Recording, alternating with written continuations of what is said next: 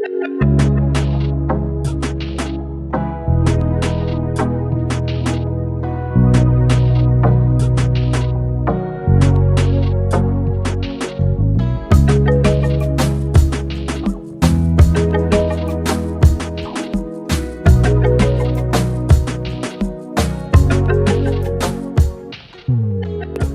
शहर के प्रतिष्ठित स्कूलों में से एक दिल्ली पब्लिक स्कूल में शुक्रवार को विद्यार्थियों के शिक्षा के अच्छे प्रदर्शन के आधार पर उन्हें सम्मानित करने के लिए स्कॉलर्स बैज सेरेमनी आयोजित की गई।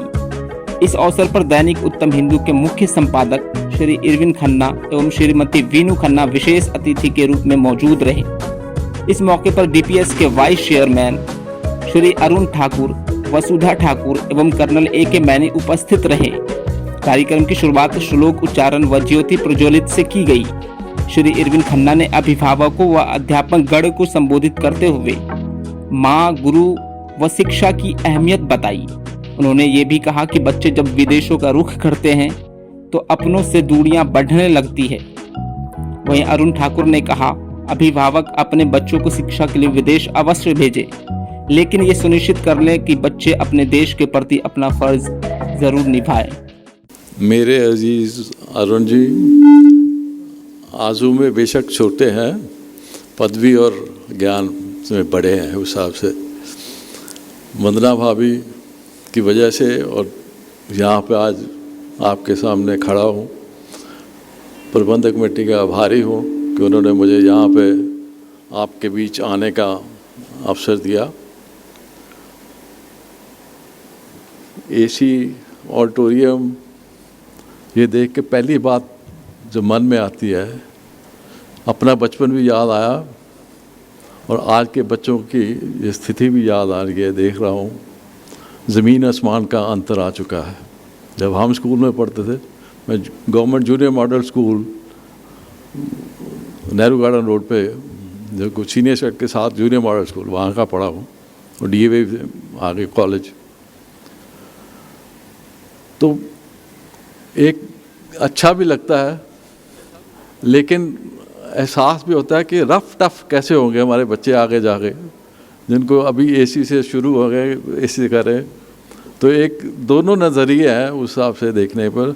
तो एक बात जहाँ से मैं कि हमारे जो धर्म ग्रंथ है ना, उनमें लिखा गया कि इंसान की योनि 84 लाख जूनों के बाद मिलती है। बड़ी दुर्लभ कहते हैं, बड़ी दुर्लभ कहते हैं। लेकिन उसके साथ आज का समय ये देखें कि बच्चों का पालन जो है वो भी दुर्लभ हो चुका है। बहुत मुश्किल है आज बच्चों को पालना। दूसरी योनियों के बच्चे जो हैं वो कोई 2 महीने में, कोई साल में, कोई 1.5 साल में अडल्ट हो जाता है, बड़ा हो जाता है, अपने अपने इंडिपेंडेंट हो जाता है। लेकिन इंसान का जो बच्चा है उसका लालन पालन सबसे मुश्किल है। उसको बड़े होते हुए कि 18 साल तो हम वैसे कहते हैं, पर लेकिन उसकी जो ताउम्र शिक्षा चलती है वो बचपन से शुरू होते हैं, परिवार से। परिवार जो पहला घर आंगन जिसको हम कहते हैं, और उसके बाद स्कूल आ जाता है। और इसमें भी समस्या यह है कि स्कूल और घर का अगर मेल स्टैंडर्ड नहीं मिलता तो बच्चे के मानसिक स्थिति पे क्या असर पड़ता है, ये भी हम पेरेंट्स को सोचना पड़ेगा और स्कूल को भी सोचना पड़ेगा। क्योंकि हम पेरेंट नंबर परसेंटेज के दौर में या एक उस चक्कर में हम बच्चे को भी इतना प्रेशर डालते हैं, ये भी एक सोचने वाली बात है। हमारे पेरेंट्स आप बैठे हो जहाँ पे, अगली पीढ़ी की जो है।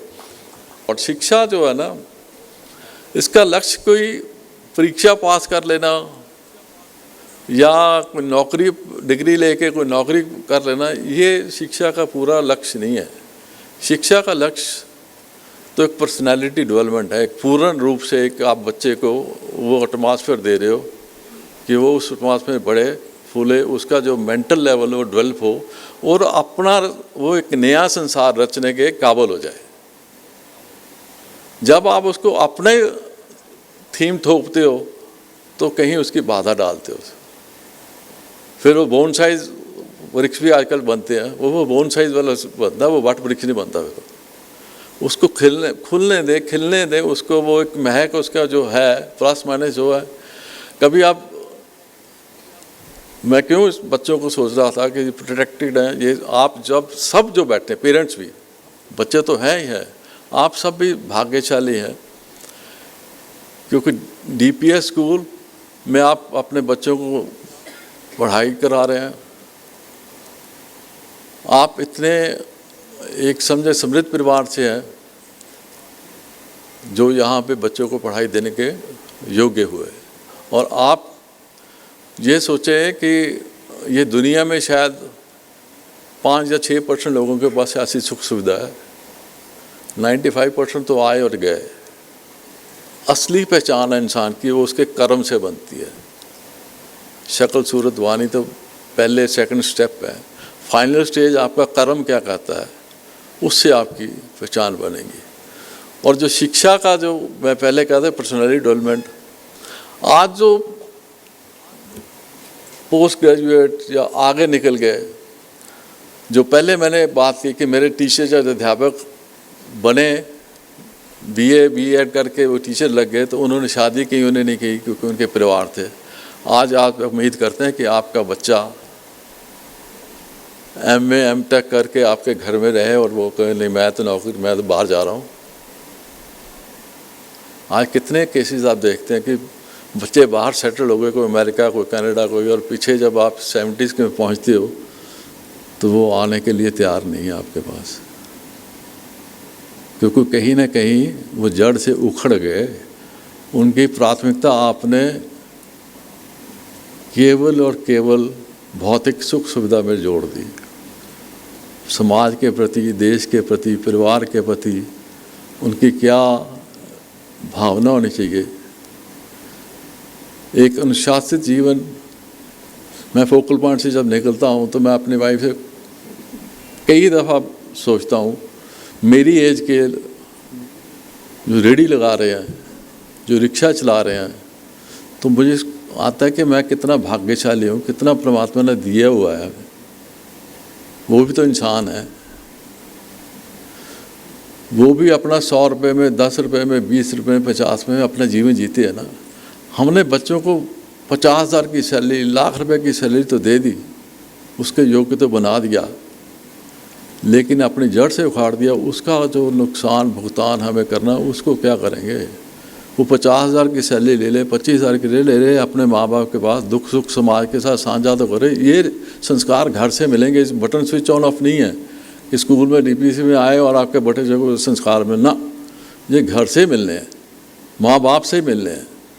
माँ बाप की प्रायोरिटी क्या है, वो क्या है, ये चीज़ें आपको सोचनी पड़नी है। आप अगली पीढ़ी जो आप ये बच्चे जो हैं, कल इन्हीं के हिस्से भारत आना है, प्रदेश आना है, देश आना है, यही आगे की पीढ़ी है हमारी। और ये हम सब यहाँ पे जो बैठे, मैं भी, आप सब भी बहुत ही भाग्यशाली हैं कि हमें परमात्मा ने इस योग्य बनाया कि हम सोच सकते हैं, कर सकते हैं और अपने बच्चों को पढ़ा सकते हैं।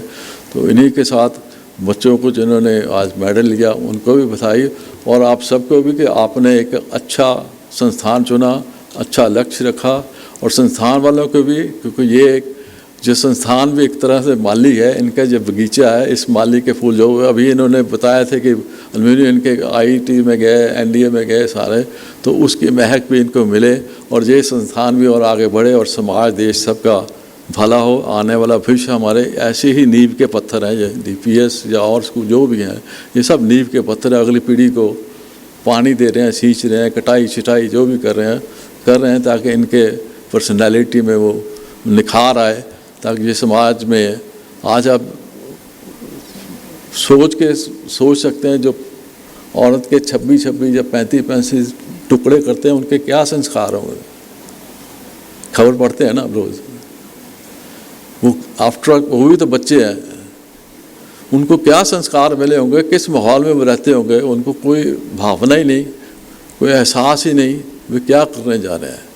तो कम से कम हम एक ऐसे बगीचे में हैं जहाँ पे इस बातों का हमें एहसास मिलता है। इसके लिए अरुण छोटा अजीज़ है, उसको भी आप सबको, मैनेजिंग कमेटी और आप सब जो पेरेंट्स आए हैं उनको भी बधाई कि इस माहौल में और एक नए भारत की नए भविष्य के लिए अपने परिवार भी, प्रदेश और देश देने के लिए कर्म करें। बहुत बहुत धन्यवाद और बधाई आप सबको। Good afternoon, everyone. At the outset, I would like to thank and pay my gratitude to Mr. and Mrs. Khanna for taking out time, gracing this occasion, blessing our children, and giving his word of wisdom. Out of his experiences of life, he shared all he could with regard to parenting, with regard to education. So there is nothing much for me to say, but I would like to thank him for blessing all our children. It is indeed a reality that at times parents outsource parenting to schools. Doesn't work that way. Like he said, they spend about 6-8 hours in the school, but rest of the time they are with the parents. So it is very important for us to collaborate with you and for you to collaborate with us to make sure what we are wanting out of our kids, they achieve that. They achieve that not only for themselves, for their families, but for this great country. When we say that we would want to see our country as Wish Guru, these are the children who would ensure that. And we are here for that purpose. Rightly said, why are we sending our kids to, say, Canada, Australia? They may go, they may study. But after all, we have invested so much in them.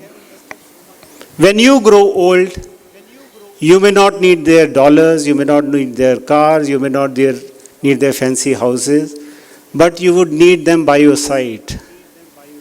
If you are sending them, make sure they come back and contribute to this country.